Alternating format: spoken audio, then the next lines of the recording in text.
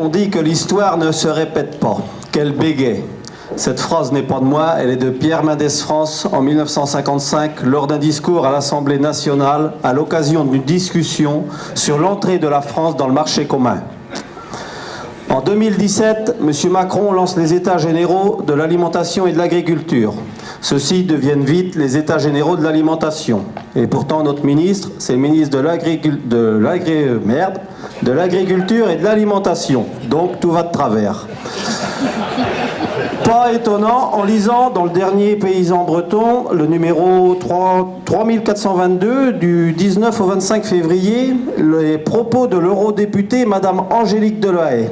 L'agriculture n'est clairement plus une priorité pour la France, réagissant à une note de décembre des autorités françaises sur le cadre financier de l'Union européenne. À regarder dans le rétroviseur, ça ne réécrit pas l'histoire, mais ça devrait inspirer pour écrire l'avenir. Ce n'est pas une première, l'initiative de M. Macron. En 1484, Anne de Beaujeu lance les États généraux. On peut dire de l'agriculture. Quand on lit la France agricole numéro 3729 du 12 janvier 2018. Pour faire simple, la France est en guerre au sein de ses régions, entre ses communautés. Les soldats pillent les paysans pour se nourrir et s'enrichir sous l'œil indulgent de la noblesse et des bourgeois, c'est-à-dire les riches. Elle convoque donc tous les belligérants autour de la table pour dénoncer les faits et trouver une solution amiable pour sortir de la crise. Chacun y va de ses arguments. Bilan, on prolonge le prélèvement des taxes pour quelques années. En gros, rien ne change. Ça ne vous rappelle rien ? Monsieur Macron lance les États généraux de l'alimentation. On convoque tout le monde autour de la table et blablabla, blablabla, blablabla. Le parallèle est assez facile à faire, bien que 534 années ont passé. Le combat est le même. Les agriculteurs, j'ai appris à l'école qu'on disait à l'époque du Moyen-Âge, cerfs ou vilains, corvéables à merci. Les agriculteurs, déjà, faisaient face aux nobles, bourgeois, soldats et autres pour juste réclamer leur dû. Appelons-les aujourd'hui grande distribution, industrielle, coopérative, associations, élus et autres. Ceux-ci, face aux maîtres, font mine de vouloir impulser la volonté de changement. Plein de bonnes résolutions, plus jamais ça. Et disent de concert, ce n'est pas moi, c'est les autres. Mais si les autres font, alors moi aussi je ferai.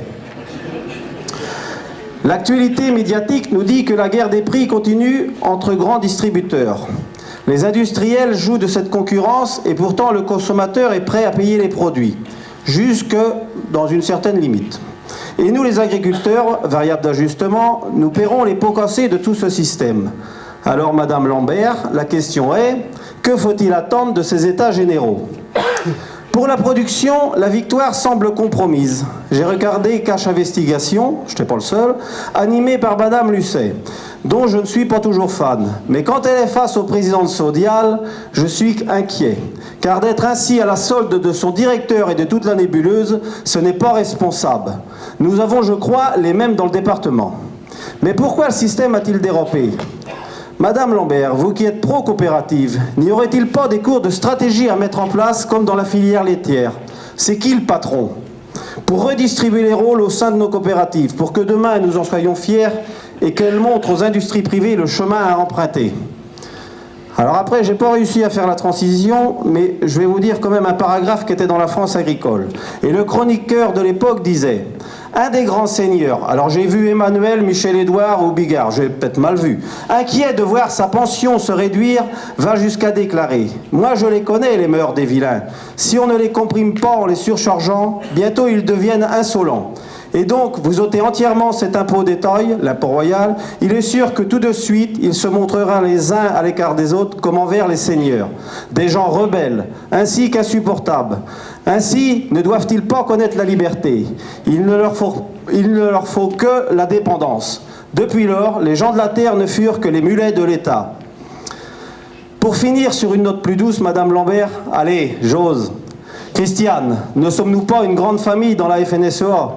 Je tiens à te féliciter, je suis sans doute pas le seul, pour l'aplomb et la répartie que tu as lors des émissions télé, entre autres. Des débats genre C'est à vous face à des intervenants extrémistes tels Émeric Caron.